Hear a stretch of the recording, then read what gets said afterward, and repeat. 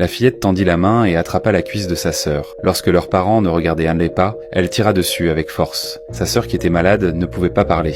Elle ne put émettre qu'un son étrange. En rentrant à la maison, Annie trouva des éclats de verre contre le mur. Alors, elle les ramassa et les glissa dans les chaussures de sa sœur. Elle les plaça volontairement à l'avant des chaussures, afin que leur mère ne les remarque pas. À leur arrivée à la clinique, la sœur tremblait de douleur à cause de ses pieds meurtris. Mais personne ne remarqua que quelque chose n'allait pas, jusqu'au moment où elle se leva et se mit à taper des pieds. Ce n'est qu'à cet instant que l'on s'aperçut de son mal-être. Le médecin crut qu'elle était simplement effrayée par cet environnement inconnu. Il décida donc de lui faire un tour de la clinique pour la rassurer. Pendant toute la scène, Annie resta impassible. Depuis que sa sœur était tombée malade, leurs parents lui consacraient toute leur attention. Annie, rongée par la jalousie, développa un comportement étrange. Elle crachait intentionnellement du haut du balcon et écrasait les verres de terre sous ses pieds. Mais ses parents ne remarquèrent jamais son changement d'attitude. De retour à la maison, les pièces de sa sœur étaient en sang à cause des éclats de verre. Pourtant, leur mère ne soupçonna pas Annie. Qui aurait pu imaginer qu'une petite fille puisse être aussi cruelle? Dernièrement, Annie emmenait souvent sa sœur avec elle pour l'utiliser comme une camarade de jeu auprès de ses amis. Comme sa sœur ressentait peu la douleur, une condition extrêmement rare, elle ne réagissait presque jamais aux blessures. Plus elle gardait le silence face à la douleur, plus Jack, un de leurs camarades, avait tendance à la serrer encore plus fort. Parfois,